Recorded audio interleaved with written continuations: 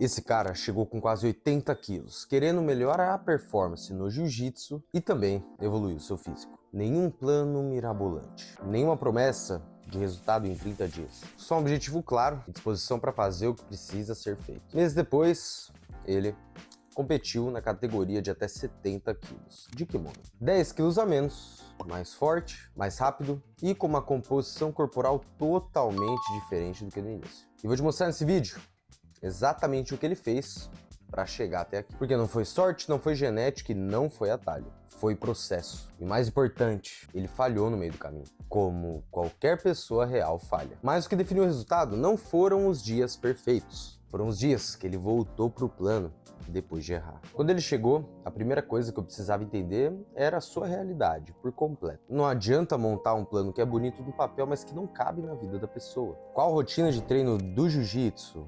Na academia, quantas vezes por semana, qual a intensidade, qual o histórico de lesões, quais as limitações de movimento, como era a alimentação antes de começar, o que comia, o quanto comia, quais horários que ele para fazer as refeições, como estava o sono, estresse, a disposição no dia a dia, se tinha alguma doença, condição clínica. Sem mapear tudo isso, qualquer plano é um chute. E olha, chute não funciona quando o objetivo é levar um cara de 80 quilos para menos de 70, com mais performance e menos risco de se machucar no processo. O objetivo dele era duplo: melhorar a performance e também o shape. E esses dois objetivos, quando bem conduzidos, caminham juntos. Porque para competir mais leve, com mais rendimento, ele precisava perder gordura e preservar a massa muscular. Isso automaticamente melhora a composição corporal e, ao mesmo tempo, rende mais em qualquer aspecto da luta. A estética e performance não eram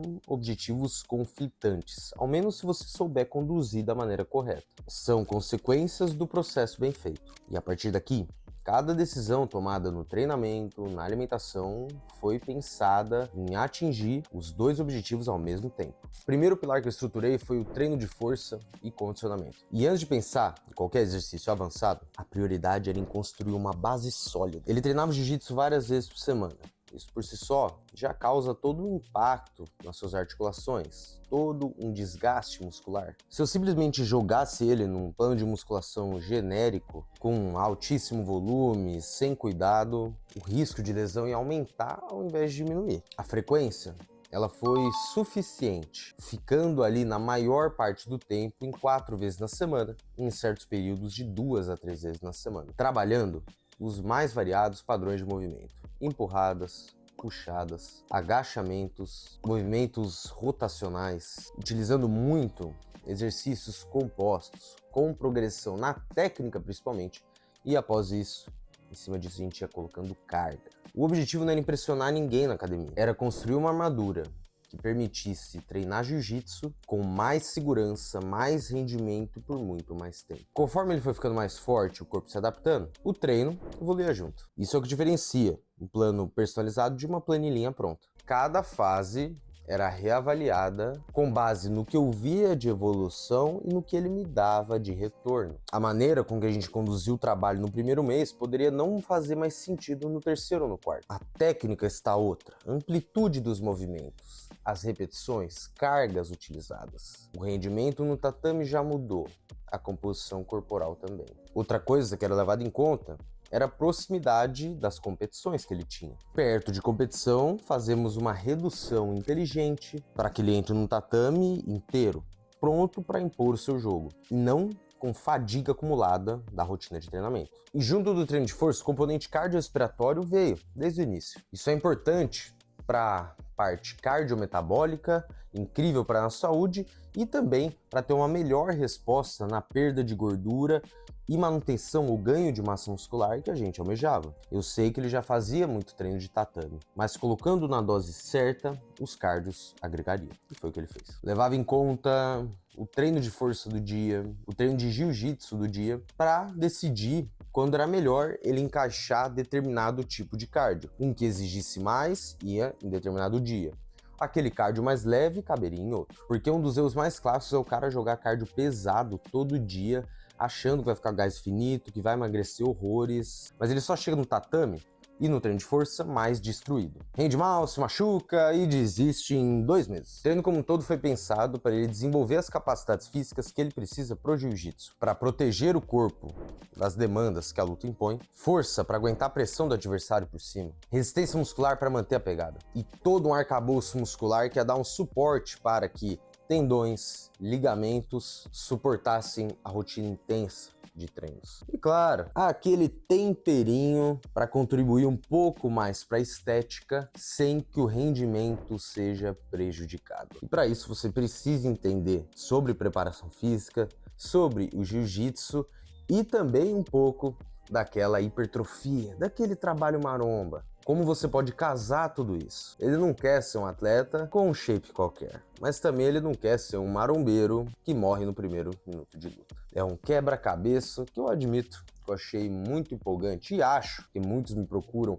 com esses objetivos, acho muito empolgante de montar. Tudo isso foi construído em camadas, fase por fase, ajustando conforme o corpo respondia e conforme os objetivos e competições se aproximavam. Cada semana de treino alimentava a seguinte. E o resultado final foi a soma de meses de trabalho consistente, não de uma semana ou mês mágico. O segundo pilar foi a alimentação, e aqui eu preciso ser direto. Sem planejamento alimentar, nada do que a gente fez no treinamento daria a resposta esperada. Ele precisava perder todo esse peso de maneira inteligente, preservando massa muscular e fornecendo energia para os treinos de jiu-jitsu. E ao mesmo tempo, recuperar, mandar bala na musculação, sem desmoronar. Isso não resolve com dietinha de internet, isso se resolve com um plano progressivo que respeita cada fase do processo. No começo os ajustes eram pequenos, eu não virei a alimentação dele de cabeça para baixo do nada.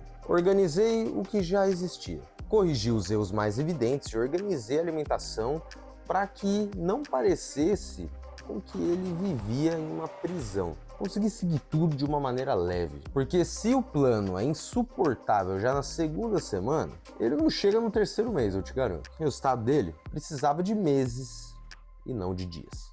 Conforme o corpo foi respondendo, o peso foi descendo, a alimentação acompanhava. Os ajustes eram feitos de modo gradual, com base no que as fotos e performance junto com a balança mostravam. O déficit não podia ser agressivo demais só para descer os números. Às vezes, ele estava rendendo bem, mas a gente estava caminhando a passos muito curtos. Precisava dar uma apertada. Esse acompanhamento próximo é o que permite fazer ajustes finos no momento certo, ao invés de mudar tudo de uma vez e torcer para funcionar. E se esse tipo de trabalho faz sentido para você, se você quer entender como um processo de transformação real funciona na prática, se inscreve no canal. Toda semana eu trago conteúdo que conectam treinamento e nutrição pensados para quem luta e quer resultado de verdade. E me conta nos comentários, você já tentou perder peso para competir e sentiu que a performance caiu no tatame? Quero saber, porque esse é um dos medos mais comuns de quem quer descer de categoria e quase sempre acontece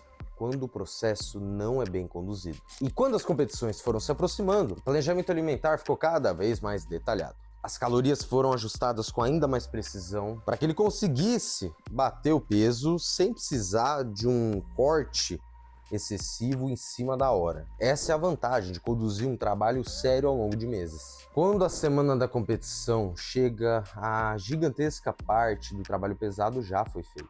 O cara não precisa desidratar de forma extrema, não precisa passar fome, não precisa entrar na luta todo fadigado simplesmente para bater o número da balança. Ele chegou na pesagem, dentro do peso da categoria, hidratado, alimentado e com energia para competir. Isso não aconteceu por acaso. Isso aconteceu porque cada treinamento, toda a alimentação, cada semana de planejamento, antes daquele dia, o levava para esse ponto. O resultado que deu na balança no dia da pesagem foi só a consequência final de um processo que começou meses antes com um ajuste inicial no prato de comida dele. Agora eu preciso falar sobre uma parte que quase ninguém posta com constância nas redes sociais, mas que fazem parte do processo: as falhas. Ele falhou no meio do caminho. Teve semanas em que ele não seguiu a alimentação como deveria. Teve dias que a motivação não apareceu. Teve momentos que o peso deu uma estagnada até uma subida e a frustração bateu forte. Houveram dias que o cansaço acabou ganhando e ele não cumpriu todos os treinos. E eu não conto isso para diminuir o resultado dele.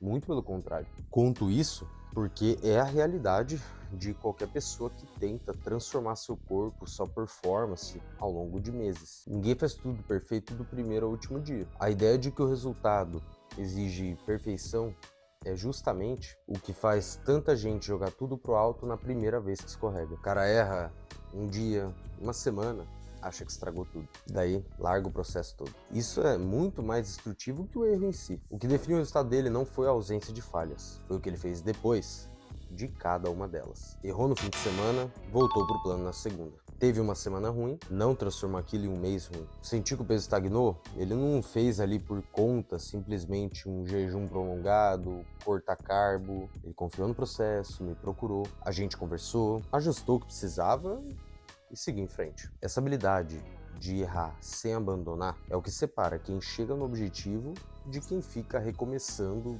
tudo do zero a cada 2 meses. A constância não significa fazer tudo certo todo dia. Significa não deixar um dia, uma semana, um mês ruim virar desistência. E a disciplina que ele construiu ao longo desses meses é algo que vai servir para muito além dessa competição. E aqui entra um ponto que vale para qualquer pessoa que está vendo isso e que se identifica com a história dele. Transformação de verdade não é linear. O gráfico de evolução real não fica simplesmente subindo, simplesmente descendo. Ele sobe, aí desce um pouco, estagna, volta a subir de novo. Tem semanas que tudo flui e tem semana que parece que nada funciona. O que muda o resultado final é o que você faz na média dos meses e não o que acontece num dia isolado. Se na média você está comendo melhor do que comia antes, treinando com mais consistência do que treinava antes e se recuperando melhor do que se recuperava antes, o corpo vai mudar. Não no ritmo que a ansiedade quer, mas no ritmo que a biologia permite. E quando você aceita isso, pare de se sabotar toda vez que o resultado demora um pouco mais do que você espera. Na prática, o que a história mostra é que não existe segredo escondido.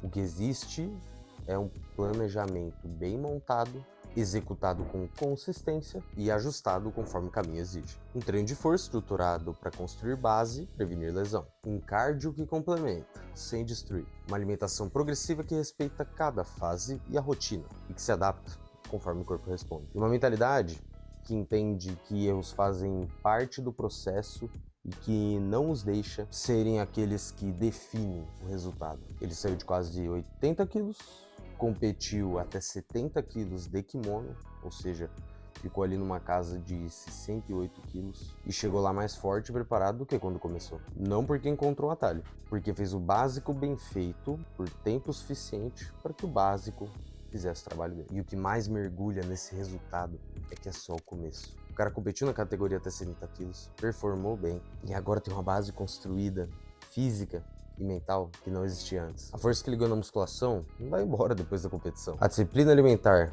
que ele criou ao longo de meses virou hábito, não um sacrifício temporário. O condicionamento que ele construiu é dele agora. Tudo isso fica. E a partir daqui, cada objetivo traçado começa já num patamar maior que o anterior. Essa é a diferença de viver um processo gradual e fazer dieta, regime. A dieta acaba e você volta para onde estava. O processo permite uma fundação que permite ir mais longe a cada fase. Ele não está recomeçando, ele está continuando. E essa história não é isolada, com alguém nas condições perfeitas, a genética agraciada. É sobre um cara comum, com rotina real, com estudo, trabalho, responsabilidades. Falhou várias vezes no meio do caminho e ainda assim atingiu o objetivo. A única coisa que ele tinha de especial era a decisão de não desistir quando as coisas ficavam difíceis. E essa decisão está disponível para qualquer pessoa que está assistindo isso agora. Você não precisa de condições perfeitas para começar. Precisa de uma direção clara, de um plano que caiba na sua vida e de disposição